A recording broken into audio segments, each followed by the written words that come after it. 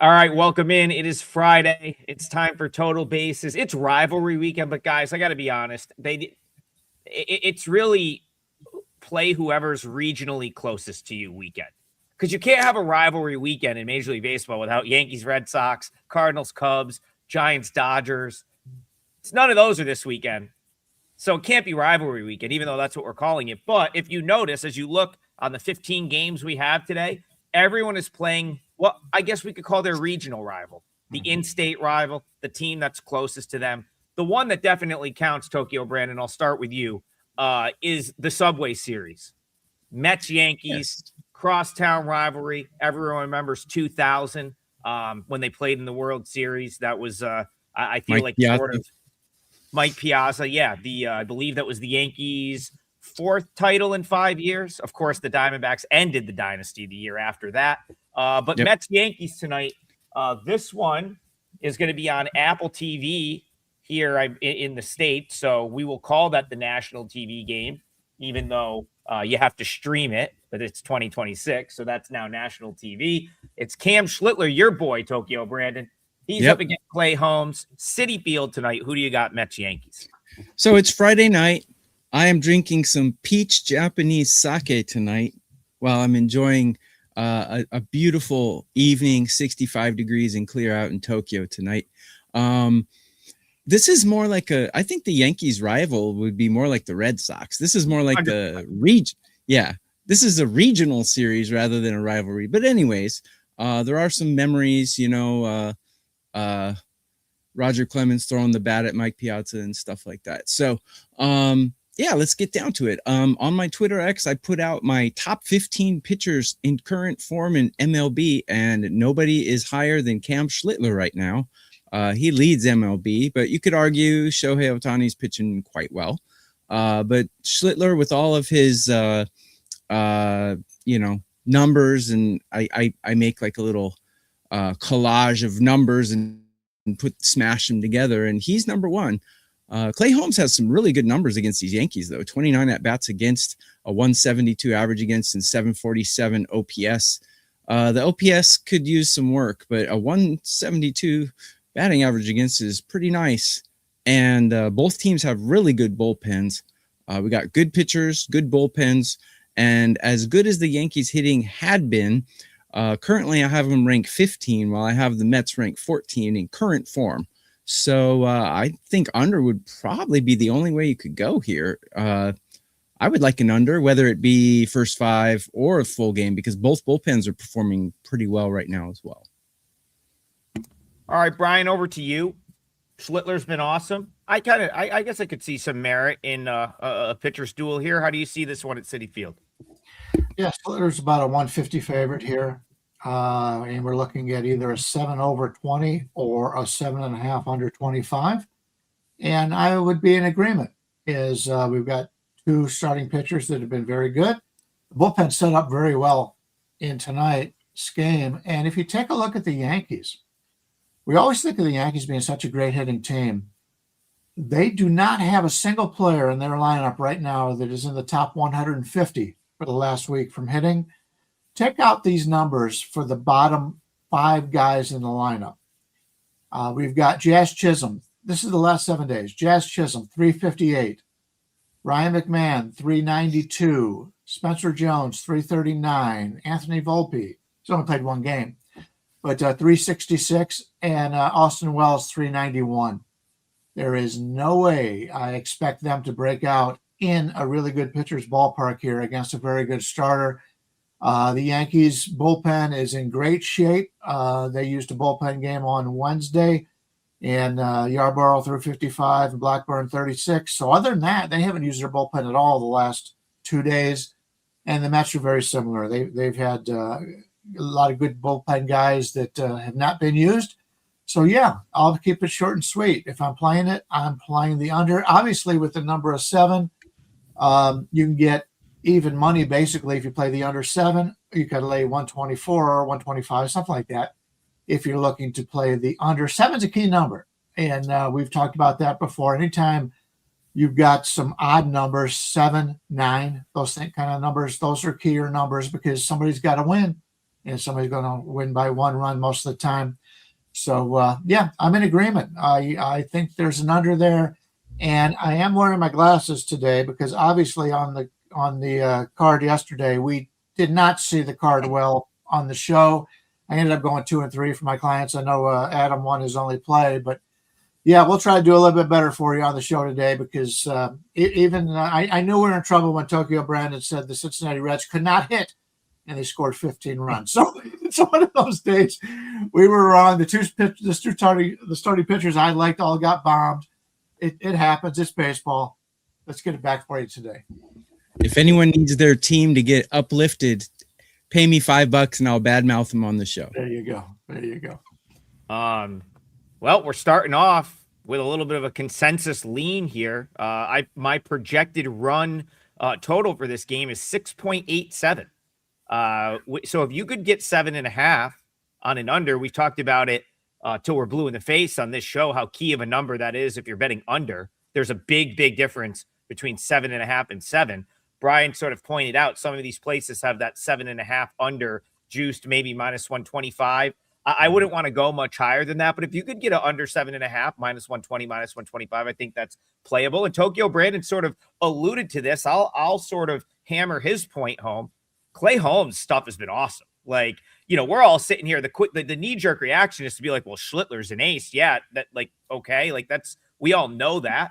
Holmes has been fantastic. I mean, Baseball Savant's a website Bryan and I like to reference quite a bit. I think they really do a good job of showing underlying pitching metrics. You look at their pitching run value metric. I think it's as good of a barometer of measuring how a pitcher should do over time as anything.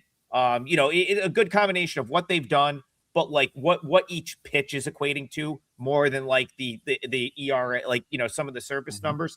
I mean, he's top 10% in every category. And then you look, he's keeping the ball on the ground, gets a lot of ground balls, top 20% chase rate. Guys are not barreling him up. What else do you want, right? From a starting pitcher to see those type of numbers. And he's not even the guy that you're really, when this number is made as 7.5, it's not even really because of him. It's because of Schlittler. So what a bonus to get the quote unquote lesser starter here to be Clay Holmes. That's the reason I like the under. And I think if I've got about a 0.75 run of wiggle room, I think that's when you can start maybe looking at the total. So I agree with you boys. Under 7.5. I think we all sort of lean that way. All right, I got a 5% play tonight. I'm 9-3 in my last 12 Major League Baseball plays. There was 2-0 last night, 1-0 in Major League Baseball, 2-0 on the bases, 5-1 the last 2 days. Feel good about this one. So I have to promo it. And I'll tell you right now, I'm probably firing a 5%er on Saturday too, because I've already got a spot circled. So if you want bang for your buck, good time to use that 3-day and pair me with one of the two guys you see to my right and to my left. It's one of the best deals we have going on the website right now, the double play package for Major League Baseball. All right. The Mark Lambert wants to talk your Guardians. Bryan, is this a rivalry in the state of Ohio? This is kind of a rivalry, right? Yeah, it is. Cincinnati. When I was growing up, I had cousins in Cincinnati, and that was during the Big Red Machine. And it was embarrassing every time they came to town. Granted, that was a long time ago, but still, it's big. It's called the Ohio Cup. They fight for it every year, and I think it does make a difference. And you've got Cincinnati going with Andrew Abbott, the lefty, and Tanner Bybee, the righty, going for Cleveland. The current line is about 135 for Cleveland here with a total of 8. Tanner Bybee is yet to win a game this year. I believe he's 0-5. He's much better against divisional rivals. I've talked about that in the past, although this year he hasn't had a win against divisional rivals, but he's pitched much better against those kind of teams. Cincinnati came out of nowhere yesterday with 15 runs. Did they give it all up yesterday, or is it a breakout for him? I don't know. We'll have to see. But Abbott's a guy that, as I kind of touched on yesterday, he has always outperformed his numbers. Started the season, there was some negative regression, and we thought maybe that was back, but now he's starting to pitch better again. If you take a look at what he has done as of late for Cincinnati. Let me just get to that spot once again on Fangraphs roster resource. He's up to number 15 the last 14 days. He's been very good on the season, though. He's a 115, so he's still got a lot of time. In fact, other than Chase Burns, the rest of the starters for Cincinnati have been bad. Nick Lodolo's had his problems. Brady Singer, we all know about. Some reason they've got Chris Paddock. They claim Chris Paddock. When is that guy going to die? They should have the new Friday the 13th movie come out with Chris Paddock, because the guy never dies. But yeah, for Cincinnati, the bullpen is in pretty decent shape. None of the key guys pitched yesterday, although it's not one of the stronger bullpens out there. Obviously, their closer has been out, and the other guys have not performed well in that situation. But I think Graham Ashcraft is the guy that they will put in the ninth. He's the best guy they've got there. But yeah, from a hitting standpoint, they've got some guys that are really hot, and they got some guys that are cold as ice. So do with it as you may. From the Cleveland standpoint, as I mentioned, Tanner Bybee on the mound. So far this season, he ranks 78th overall, 90th in the last 14 days. Not terrible. They don't seem to be getting much hitting when he's on the mound, but he's been a little bit of a disappointment. He was the ace of the team just a couple years ago, and he's never really gotten any better. From a hitting standpoint, Cleveland's got a lot of guys hitting in the 100s, so they're a little bit more consistent in that regard. But with this number here, I don't know if I trust Bybee. We've got a lefty going, and Cleveland's hit better against lefties this year, but still, as many lefties as Cleveland has in their lineup, eventually that WRC plus number is going to go down a little bit. So to be totally honest with you, there's a lot of games I like today, a lot of games I think I have value, but this is one that I think the line's about right. If I'm playing, I'm probably taking Cincinnati. You can get them as high as a 122 out there, but most places are in the 115 range. I would probably have to get at least 125 on Cincinnati to be on that side.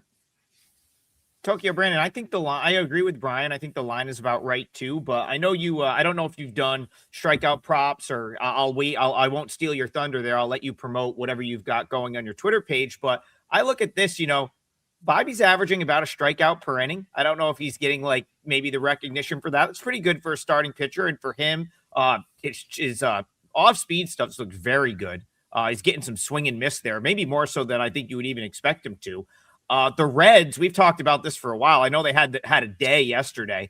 Nationals were just not ready to play that game after winning the first two in that series. Still don't like the Reds offense. WRC plus still near the bottom of the league. Am I crazy to think Bybee could rack up some strikeouts in this one? I have 4 plays out in MLB today. So like Adam said, he's got a 5%er. Would be a good time for a double play. Take Adam, and either Bryan or myself would be a good day, because Bryan likes a lot on the board, and I obviously like a lot on the board.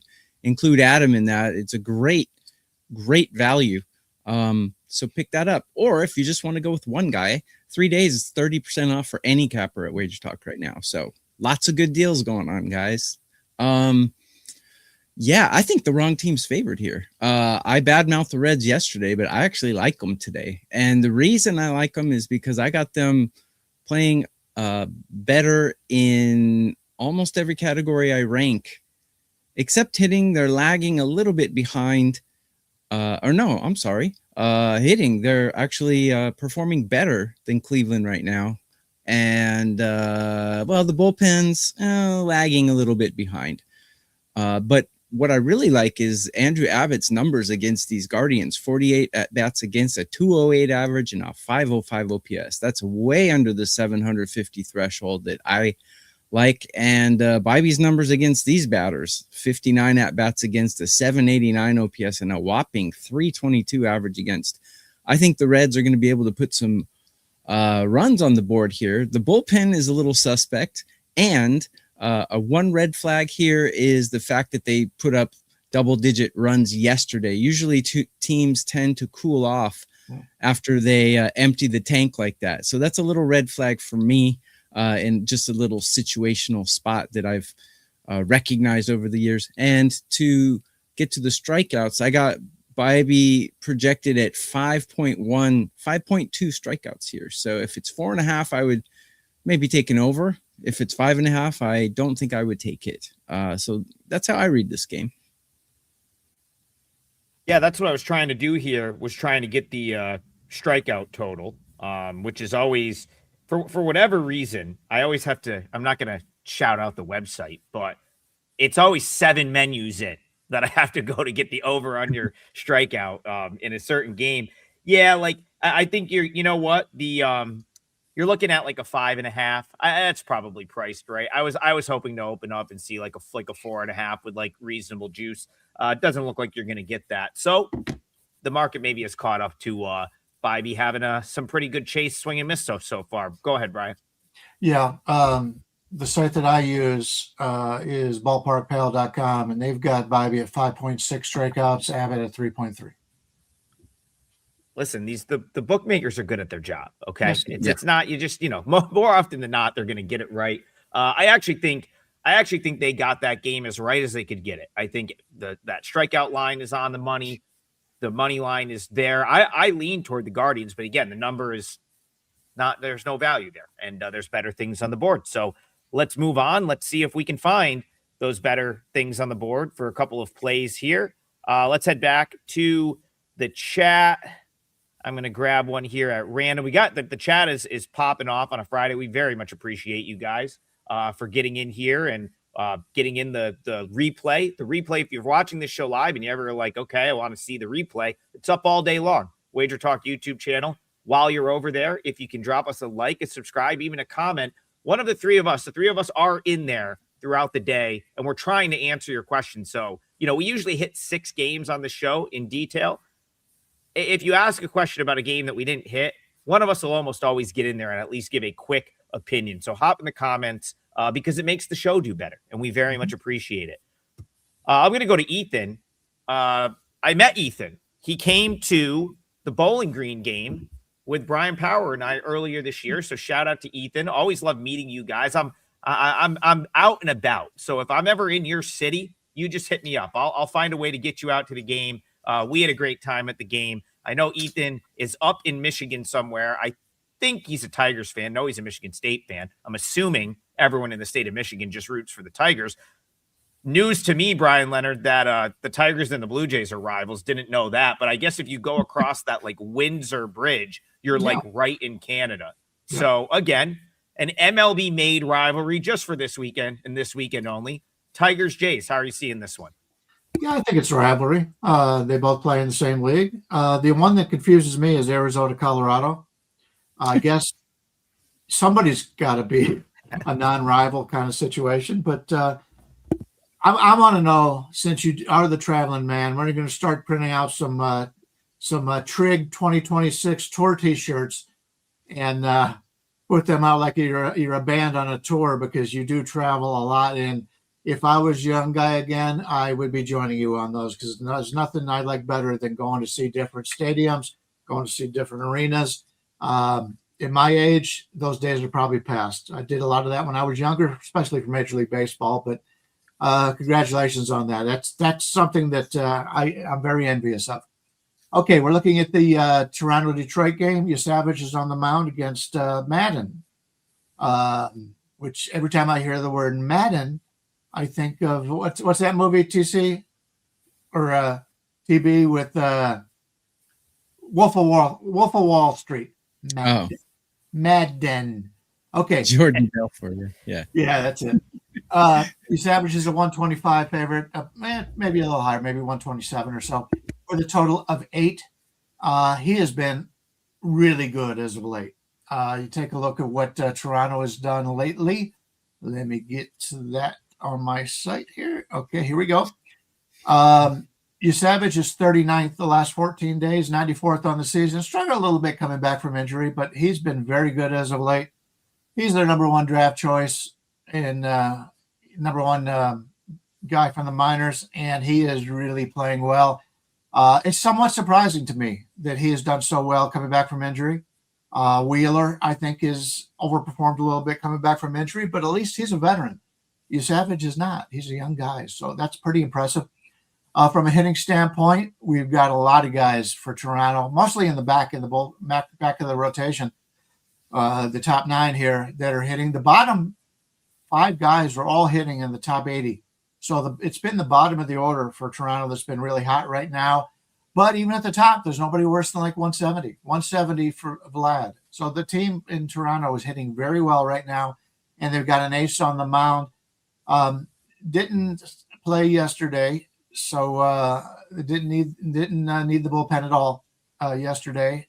So Varland, who threw 50 pitches on Wednesday and Tuesday, is probably going to be available again. Rogers will be there. Hoffman, who's looks a lot better now that they took him out of the closer role, so he's looking good. So the bullpen looks really good for Toronto, and I like the way they're hitting, obviously, because they're knocking the cover off the ball lately.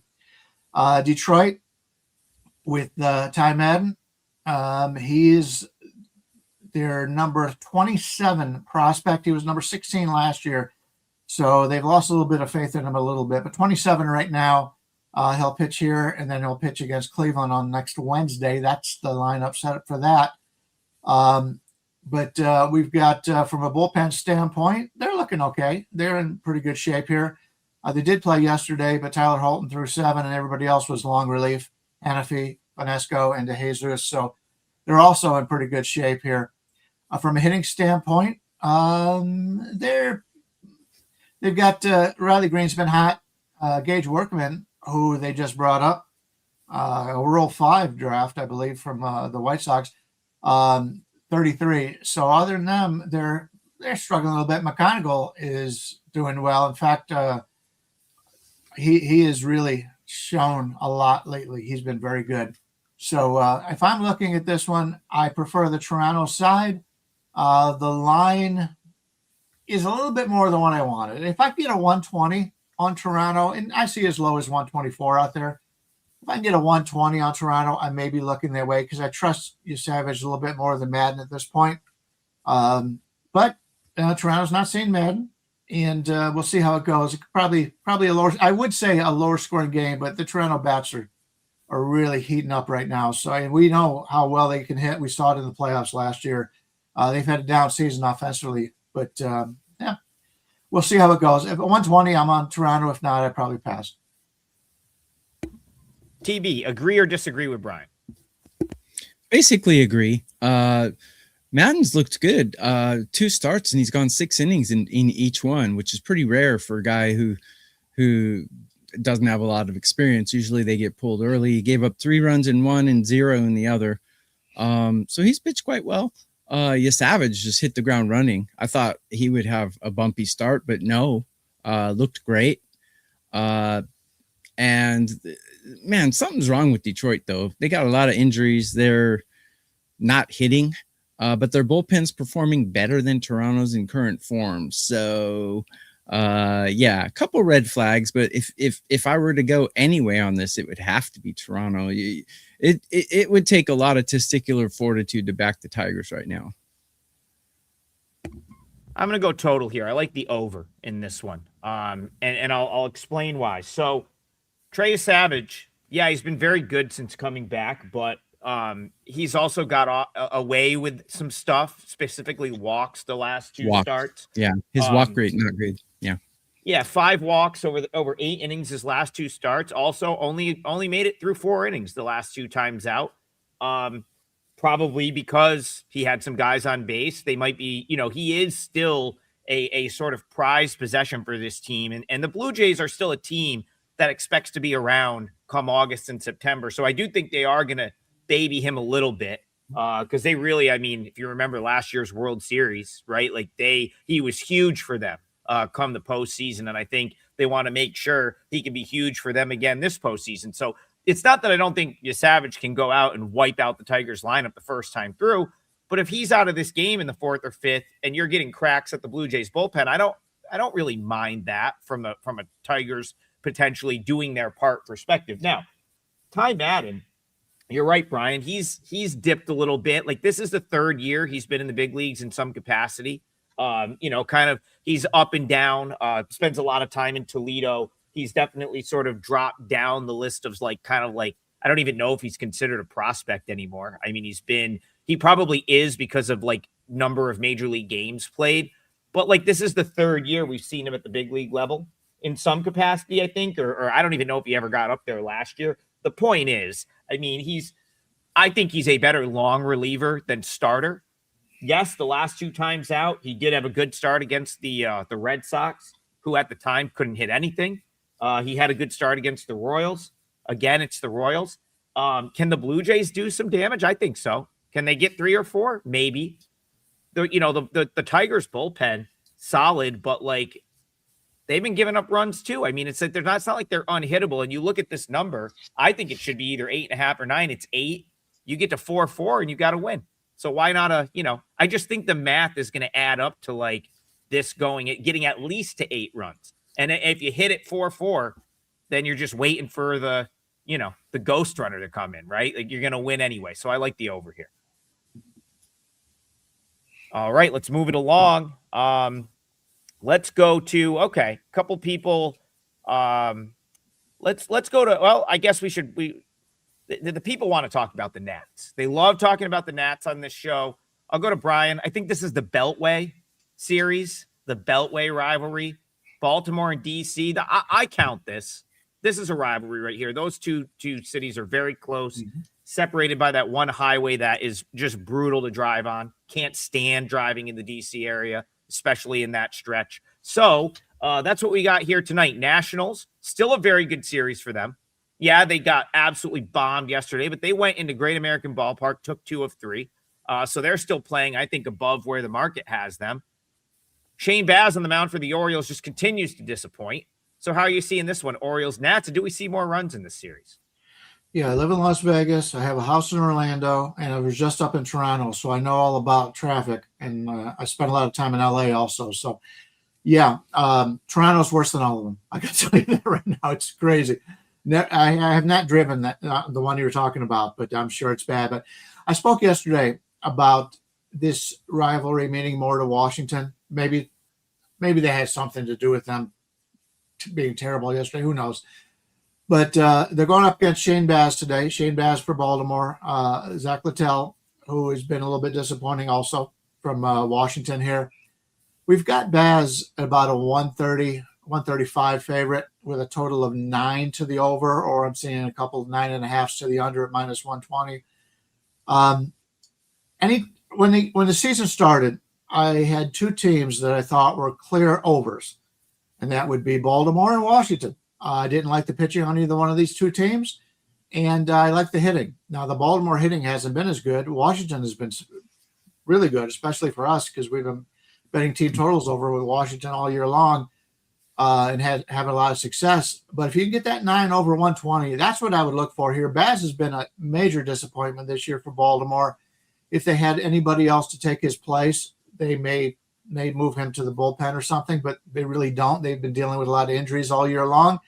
And Zach Littell has gotten off to a weak start here with Washington. He pitched in Tampa Bay in the past, had pretty good success, but Tampa Bay's home park is a really good pitcher's park. So now he's out in Washington, a good hitter's park with a total of 9. I'm looking at the over here. And I think if you were just to play the over, and I'm just making a general without knowing what the lines are going to be, if you just bet the over in every game of this series, I don't see how you're going to lose money.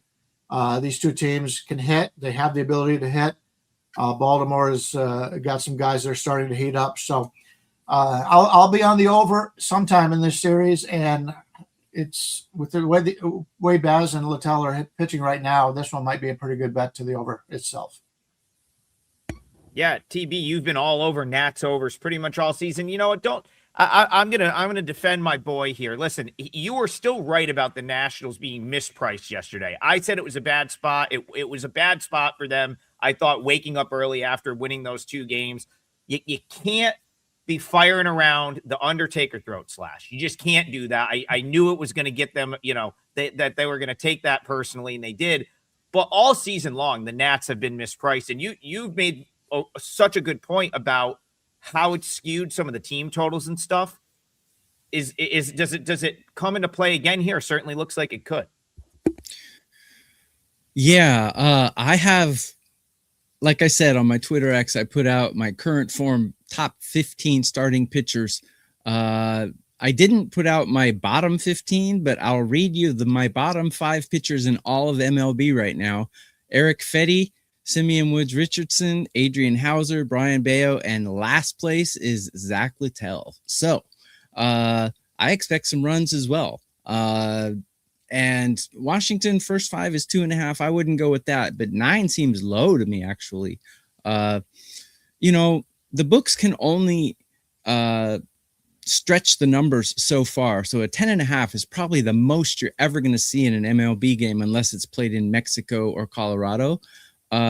So when you see like a 10, over is probably the best way to go. And if you see like a 7, under is probably the way to go, because they can't make it 5. They can't make it 6. So 7 is what they have to make it, right?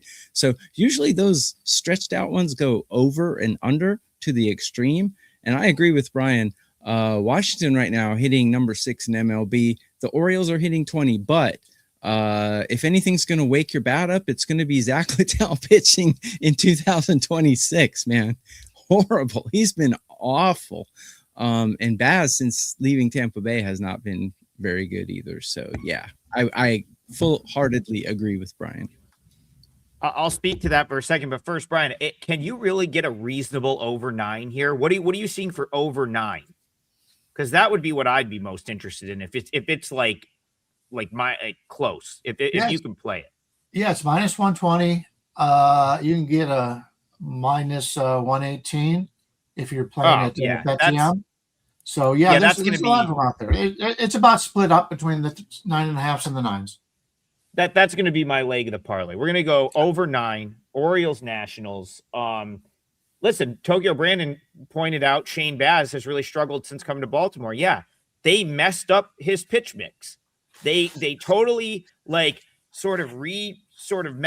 with his pitch mix, and now he's trying. I noted this before I wrote this game up last week before his start, and I said, okay, maybe he's going to start coming back in the right direction because he started to throw more cutters. So that was something that he wasn't throwing his cutter he started throwing less cutters. The Orioles, for whatever reason, had him throwing more cutters, and that pitch was getting just hammered.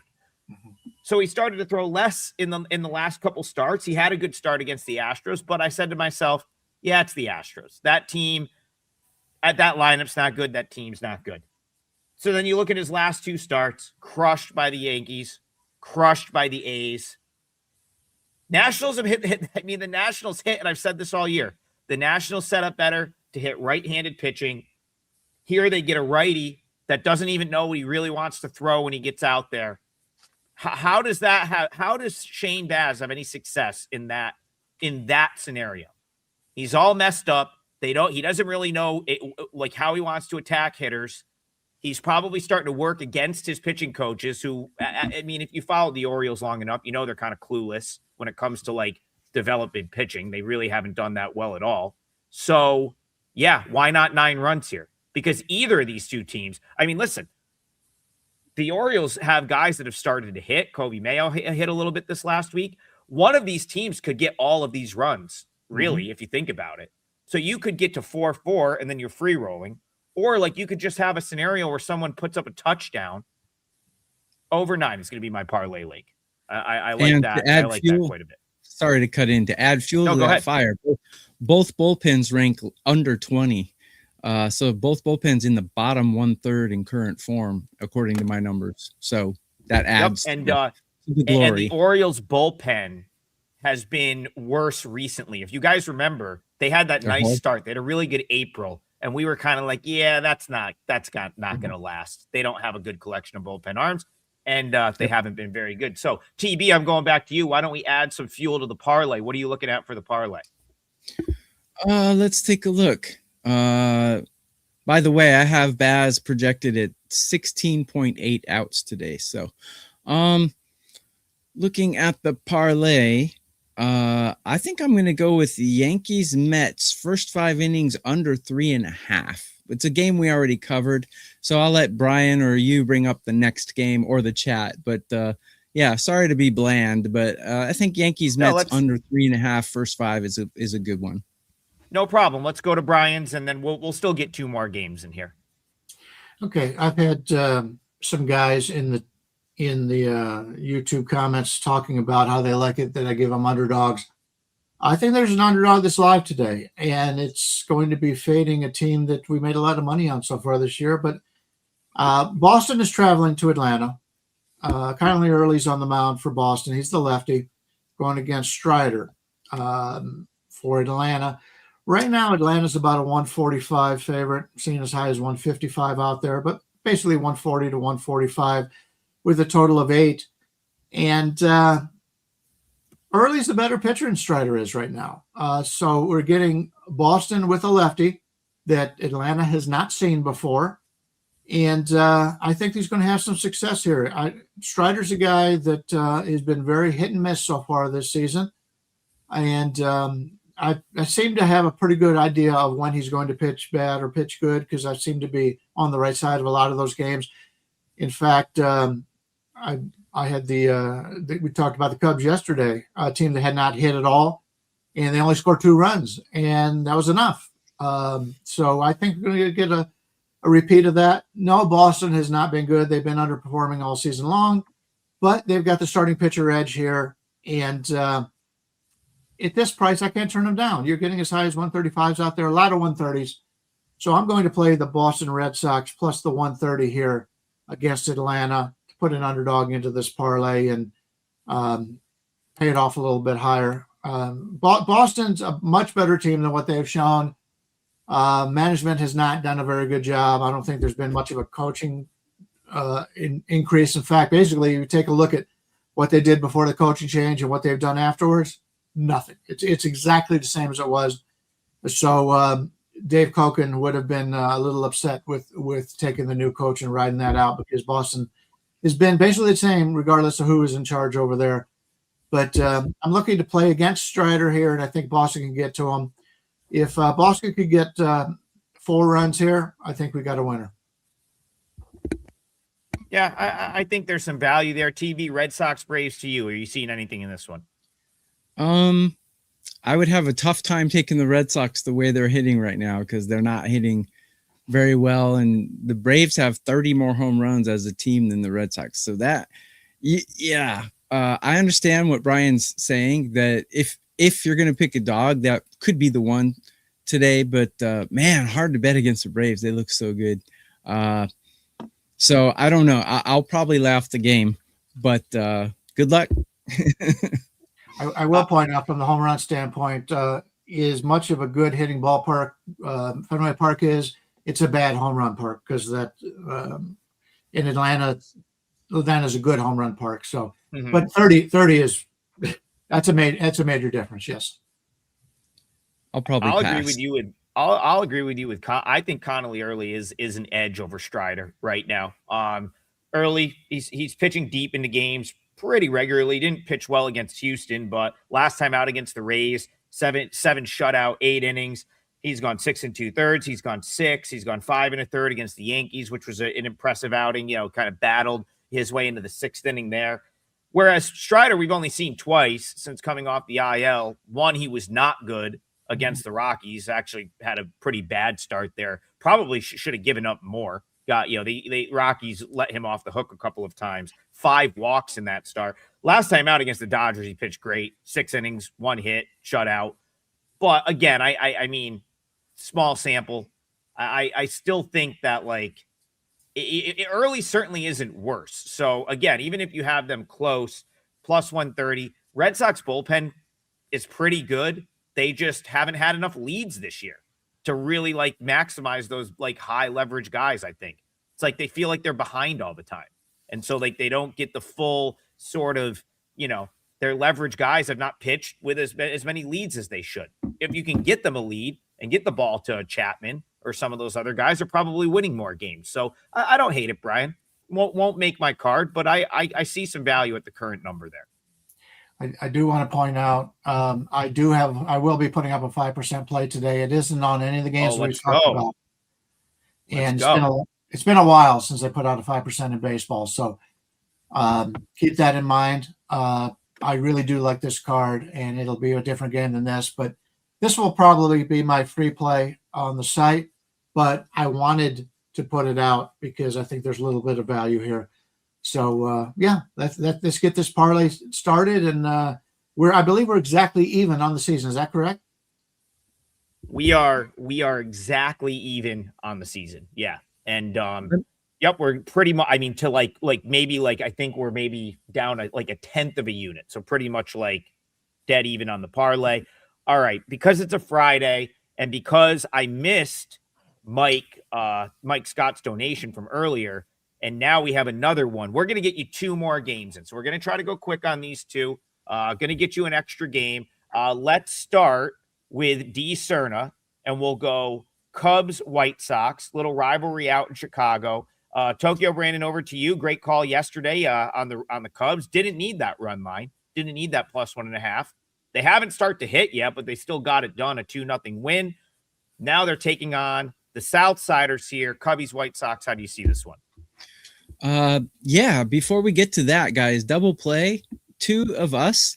A 5% play, generally $35. If you take a double play with Bryan and Adam today, you're going to get 2 5% plays. So I will bow out and promote you guys like crazy. Get Bryan and Adam's double play today, because I have 4 plays, but none of them are 5%.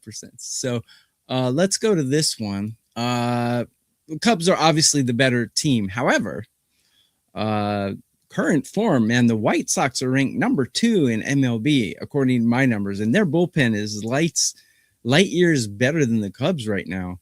Be hard not to take the White Sox in this.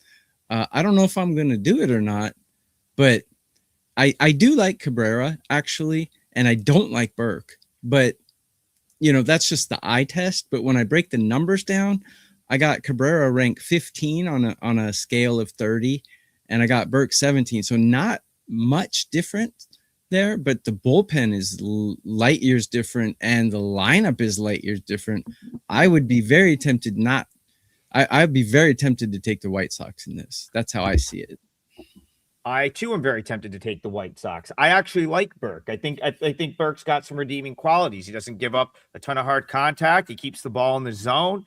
Fastball's pretty good.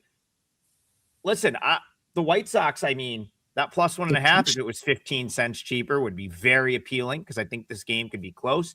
I like Edward Cabrera too, but he doesn't always have the best command. If he puts a couple of guys on, people are going to have to come around to the White Sox being a pretty good baseball team. The market hasn't yet, and that's why you get value on the White Sox literally every day. So pretty strong lean to the White Sox here for me as well. What do you think, Bryan? Yep, I agree. And plus, this is a rivalry game, one of the bigger rivalry games, and it's a one-sided rivalry.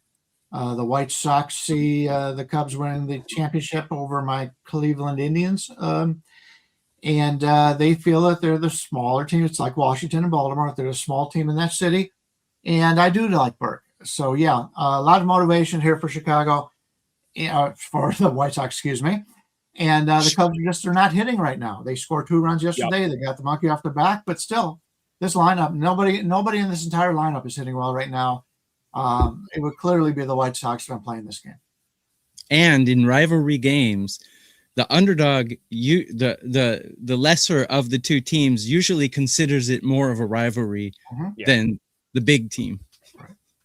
I think they'll have the Jordan jerseys on tonight. I'm pretty sure this is a Friday night at Rate Field, so you're probably going to get the Chicago Bulls City Connect. Hopefully, I think that adds 5 cents to the number, Bryan. But really, what I think, Bryan, you made the best point of all is that, like, this Cubs lineup, 1-9, they're really good, but they have not hit in over a week now. And even last night with the 2-0 win, they still haven't really hit. So that is the redeeming quality of this Cubs team, is their lineup, but they haven't hit. So you can't give them full marks, in my opinion. And because you can't do that, you gotta look at the White Sox, who are already getting value because of what Tokyo Brandon said. They're considered the lesser team in this rivalry, and so the line is tilted toward the Cubs, which means we're gonna go with the White Sox. TB, I somehow didn't see this earlier in the show. I would have gone to this game. So let's get this one for Mike Scott. He wants to know Seattle team total over under. So this is going to be Mariners out west tonight. They are at home. It's Emerson Hancock on the mound for the Mariners. Their opponent, I am drawing a very brief blank on their opponent, even though I looked at this game. Oh, the Padres. Yeah. Padres, yeah. It's our guy, Randy Vasquez, who's suddenly Sandy Koufax on the mound here. So how do you see this one? Vasquez, Hancock, Padres, Mariners. Yeah. I like Hancock, but he's been a little up and down. He has great games and then he gets smacked around. Look, his walk rate is great. 18. I got him throwing 18 walks per strikeout. I mean, that's a great rate. Generally, you want it to be between 30 and 40. So his command, his control is amazing. But Vasquez has been, he's been a punching bag for a lot of pundits in the last few years. But this year he's pitching quite well. I've got the Mariners better than San Diego at every category except bullpen. There's a huge difference here. That I got San Diego's bullpen number 5, where I got Seattle's 15. So that's current form. That doesn't mean that's who they are. That means in the small window, that's who they are right now. And so I will lay off of it. But I do like Hancock as a pitcher, and I would be tempted to take Seattle. But again, the Padres are my albatross. Every time I bet them, they screw me. So I avoid their games in general. So that's how I see it. Yeah, I agree with you. I like the Mariners. I've been looking for spots to play against the Padres. I found a good spot to play against them yesterday. It was an easy win. I don't think the Padres are nearly as good as their record. And Brian, I'll go to you. I still think the Mariners are going to scratch and claw their way over 500. They're almost there. They're back to 500 with a win tonight. I kind of think they get it done. How about you? Yeah, I think at the end of the season, we'll see that Seattle has the better record. I think they're the better team. Right now, they have 6 players in the last week hitting in the top 100, while San Diego has Gavin Sheets. He's in number 83. So San Diego's not hitting the ball well. Obviously, we do like the San Diego bullpen, but Seattle, Seattle's going to be getting some guys back in the near future. Brash looked pretty good in the minors yesterday, and he'll be back up pretty soon. So I do like the Seattle bullpen overall, but right now San Diego does have that advantage. But if I'm playing, as Teddy Covers would say, if I'm playing, I'm laying. And right now, San Diego's about a 130 favorite out there. Or excuse me, Seattle about a 130 favorite. 135 in some places. Steve Duke likes the strikeouts. I can't disagree. I agree with that. That's what I meant to say. Padres, yeah, they've been struggling. They don't hit right-handed pitching well, and something I've commented on before. When he went to the bullpen as part of the playoff run last year, the coaching staff straight up said, like, Emerson Hancock realized that he can throw harder over the duration of the game. Like, he didn't, like, as a guy that's never pitched out of the bullpen, he did not realize that he could throw that hard and sort of maintain it. I think it's been a game changer for him, and he's looked awesome. His lot of swing and miss, extra pop on that fastball. I could get down with an Emerson Hancock strikeouts over. TB, did you have something to add right there? I just wanted to say I project him at 7. So okay. Do you know what the line is? Is it 6.5? I don't, but someone's saying it's 6. So yeah, 6.5, depending on your book. I would play that over. I would too. I mean, the guy had 14 the other day in a start, so you certainly can get half of that. But I agree. Yeah, I'm with you guys on that. Got an extra game out of us today. Thank the guys that donated, and for me for not seeing it. So we got a little bonus game. Went a couple minutes longer. Bonus if you go for the double play today with me and with Brian and I, because you're getting 2 5%ers. Obviously, Tokyo Brandon's killing it as always. So he's got 4 plays out. You should take a look at that. I will submit to you guys. So go ahead and get them too. You get 2 5% plays today. So go for it. We appreciate that. Really, you can't go wrong with any of the 3 of us. Any long-term packages. WagerTalk's got some really good sales on the website for the month of May. So check those out. Brian, can you let me know what the juice is on Yankees Mets first 5 under 3.5? All right, let me get to that. Because that will make a difference on the payout when we hit this parlay, which we're going to do Yankees today. And Mets is, just about every place has 3.5 to the over 125. So you're getting about plus 105 back if you choose that way. There are a couple places that have minus 125 and 130 on a 4. So do you want to go under 4, TB? The only place I saw 4 is BetMGM, and every other book had it 3.5. Okay. At least what I was looking at. So I'll be fair and go 3.5. Okay, so 3.5 is plus 105. You said, Brian? Yeah. All right. Well, so we got 110 at a few places. Well, we'll give the people the benefit of the doubt. We'll call it plus 105. Cool. So that means you got two plus odds in the parlay here. Brian Leonard's going to go with Red Sox plus 130. TB is going Yankees, Mets, first 5 under 3.5 plus 105. And I'm going to go with Orioles, Nationals over 9 minus 120. That is your 3-teamer of the day. For the best bets, head on over to WagerTalk. Brian has a 5%er. I have a 5%er. We're going to have a great weekend. We will see you guys. Remember, tomorrow, 10 a.m., right before our last call, the Saturday show. We'll see you guys then. Good luck, everyone. Have a great weekend.